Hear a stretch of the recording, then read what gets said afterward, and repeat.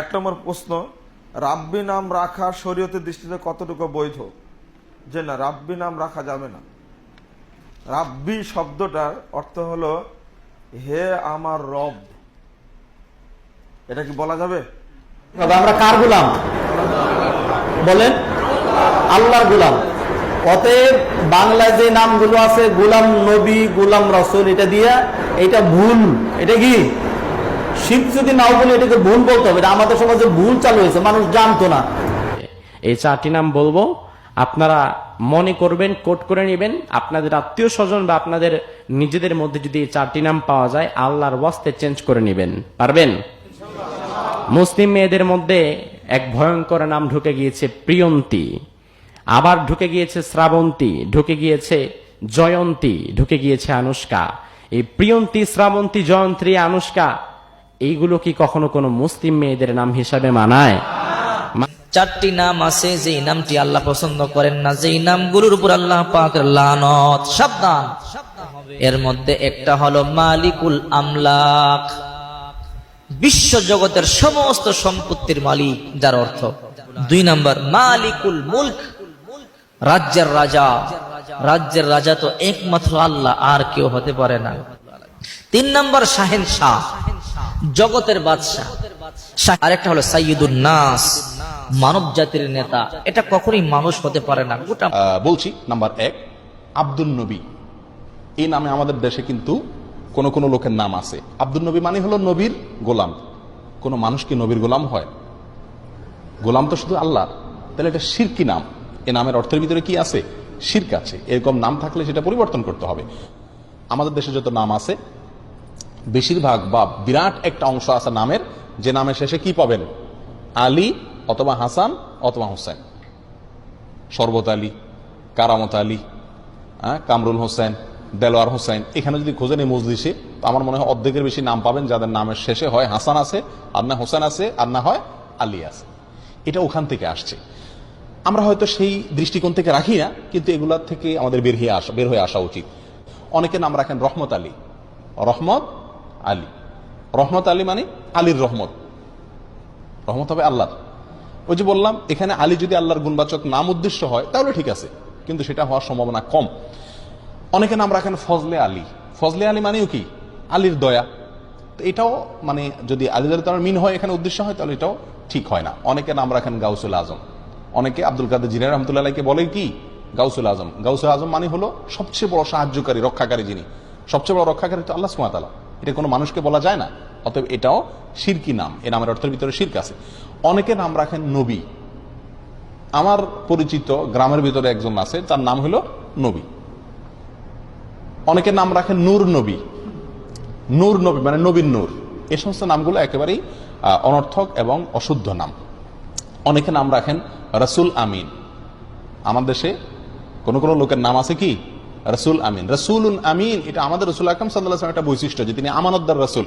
এখন আপনি আপনার ছেলের নাম রাখলেন রসুল আমিন, এটা খাটে না, একেবারেই অশুদ্ধ একটি নাম। অনেকে নাম রাখেন রসুলুল্লাহ। আমি দেখছি রসুল্লাহ নামের লোক আমাদের দেশে। রসুল্লাহ মানে কি? আল্লাহর রসুল। কিভাবে আল্লাহ রসুল হলো? এটা তো একেবারেই অশুদ্ধ একটা নাম। কথা বুঝে আসছে? অনুরূপ ভাবে আরেকটা অশুদ্ধ নাম আছে আব্দুস সুবহান। অনেক আলেমের নামও পাওয়া যায় আব্দুস সুবহান। আব্দুস সুবহান এই নামটাও ঠিক না। কেন ঠিক না? কারণ আব্দুন যোগ করে নাম রাখা যাবে আল্লাহর 99টা নামের শুরুতে। আল্লাহর 99টি গুণবাচক নামের শুরুতে আব্দুন যোগ করে আপনি কি করতে হবে? রাখতে হবে। কারণ আল্লাহর নামগুলো নির্দিষ্ট, নির্ধারিত। আল্লাহর জন্য কোনো মন গড়া নাম আপনি আমি নির্ধারণ করার সুযোগ নাই। সুবহান নামে আল্লাহর কোনো গুণবাচক নাম নাই। সুবহান শব্দের অর্থ হলো পবিত্রতা বর্ণনা করা। তো পবিত্রতা বর্ণনা করার গোলাম, এটা কোনো নাম হতে পারে না। এবং এটাকে যত রকম ব্যাখ্যাই করা হোক না কেন, এটা কোনো অবস্থাতে টিকে না এবং শুদ্ধ হয় না। বিধায় আব্দুস সুবহান নামটাও সঠিক না। ওই যে বললাম, আব্দুন যোগ করে নাম রাখতে পারবেন কোনগুলো?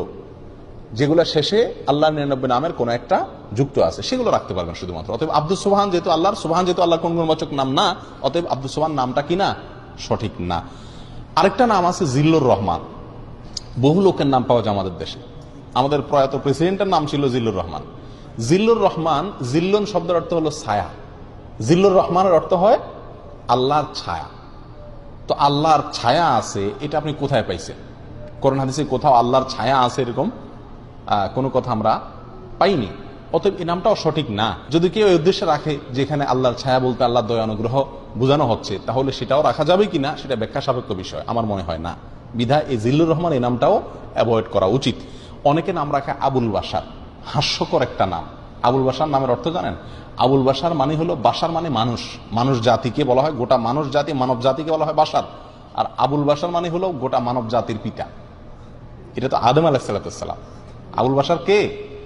আদম আলাইহিসসালাম। এখন আপনি আপনার ছেলের নাম রাখছেন আবুল বাশার, এখনো একটা ছেলেই জন্ম দিতে পারে না, সে কিভাবে গোটা মানব জাতির পিতা হয়? অতএব এটাও ভুল নাম। অনুরূপভাবে নামের ক্ষেত্রে আরেকটা ভুল আছে, সেটা হলো অনেক সাহাবীদের নাম এবং টাইটেল উপাধি যেটা, এই দুইটাকে একসাথ করে আমরা নাম রাখি, এটা চরম ভুল। যেমন ওমর ফারুক, বহু লোকের নাম আছে না? ওমর একজন সাহাবীর নাম, ইসলামের দ্বিতীয় খলিফার নাম। আপনি ওনার প্রতি মহব্বত রেখে, ওনার প্রতি মহব্বতের কারণে আপনার ছেলের নাম ওমর রাখলেন, একটা শিশুর নাম ওমর রাখলেন, ঠিক আছে রাখেন, কিন্তু তার নাম ওমর ফারুক রাখা ঠিক না।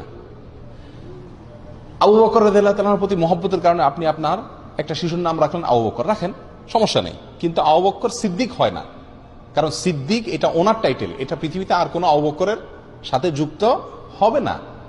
আপনি ওসমান রাখলেন, সাথে গনি রাখেন। আমাদের দেশে বেশিরভাগ লোক দেখেন না, ওসমান রাখলে অবশ্যই সাথে কি আছে? গনি আছে। না ভাই, ওসমান রাখলে আর গনি রাখবেন না, কারণ ওসমান রাদিয়াল্লাহু তাআলার মহব্বত আপনি ওসমান রাখছেন ঠিক আছে, কিন্তু গনি মানে ধনী, এটা ওনার উপাধি, এটা আর কারোর সাথে যুক্ত হবে না। কথা বুঝে আসছে? আবু আইয়ুব একজন সাহাবী, যিনি হিজরতকারী সাহাবীদেরকে অনেক নুসরত করছেন, সাহায্য করছেন, এই জন্য ওনার নাম হয়ে গেছে আবু আইয়ুব আনসারী। উনি আনসার ছিলেন সেজন্য। এখন আপনি আপনার ছেলের নাম রাখলেন আবু আইয়ুব আনসারী, সে আনসার কবে হলো? কথা বুঝে আসছে? অনুরূপ ভাবে বহু সাহাবায়ে কেরামের বিশেষ বিশেষ কিছু টাইটেল আছে, এই টাইটেলগুলো কারণ নাম হতে পারে না। আমি যদি একটা এক্সাম্পল দিই, বিষয়টা পরিষ্কার হবে। যেমন মোহাম্মদ, এ নামে নাম রাখা যায় কি যায় না? মোহাম্মদ নাম রাখা যাবে, সহিহ মুসলিম হাদিসে আসছে। এখন আপনি যদি মুহাম্মদ সাল্লাল্লাহু আলাইহি সাল্লামের যে একটা টাইটেল ছিল, নামের পর একটা টাইটেল, সেটা কি? মুহাম্মাদুর রাসূলুল্লাহ। এখন আপনি যদি আপনার সন্তানের নাম রাখেন মুহাম্মদ রাসূলুল্লাহ, খাটবে? এ আপনার সন্তান কি আল্লাহ রসুল মোহাম্মদ? না, এটা তো অন্য মোহাম্মদ। আরো সহজ হবে, পরিষ্কার হবে আমাদের দেশের এক্সাম্পল দিলে। শেখ মুজিবুর রহমান, মরহুম শেখ মুজিবুর রহমান, ওনার প্রতি মহব্বত করে আপনি কোন সন্তানের নাম রাখলেন মুজিবুর রহমান, এটা ঠিক আছে, চলে। জিয়াউর রহমান, মরহুম জিয়াউর রহমান, তার প্রতি মহব্বত করে আপনি আপনার কোন সন্তানের নাম জিয়াউর রহমান রাখলেন, এটাও চলে। চলে না? চলে না। এবং অনেকে রাখেও। আপনি যদি রাখেন বঙ্গবন্ধু শেখ মুজিবুর রহমান, তাহলে নামটা কি শুদ্ধ হবে? আপনি যদি প্রেসিডেন্ট জিয়াউর রহমান রাখেন, এটা শুদ্ধ হবে? আপনি যদি বেগম খালেদা জিয়া রাখেন, শুদ্ধ হবে? আপনি যদি প্রেসিডেন্ট হোসেন মোহাম্মদ এরশাদ রাখেন, শুদ্ধ হবে? কেন হবে না? কারণ হলো এখানে তাদের নাম এবং টাইটেল দোনোটা আপনি দখল করছেন। শুধু নামটা আপনি নেন মহব্বতে, সেটা হতে পারে, এটা গ্রহণযোগ্য, এটাকে সমাজ গ্রহণ করবে, কিন্তু আপনি টাইটেলটা যুক্ত করেন, এটা হতে পারে না। বিধায় সাহাবায়ে কেরামের নাম আমরা রাখতে পারি, কিন্তু তাদের টাইটেলটা কি করা উচিত না? দখল করা উচিত না। এই ভুলটা আমাদের দেশে অহরহ হয়ে থাকে। আরো বহু নাম আছে যেগুলোর ভিতরে ভুল ত্রুটি হয়। তাহলে এই সমস্ত নামগুলো আমরা সাধারণত রাখবো না, যেগুলোর অর্থের ভিতরে কি আছে, কোন শিরকি আকীদা আছে, অথবা যেগুলা অর্থের ভিতরে খারাপ কোনো দিক আছে, বা সেগুলোর অর্থের ভিতরে আপনার কোরআন এবং সুন্নাহর সাথে কোনো প্রকার কি আছে, সংঘর্ষ আছে।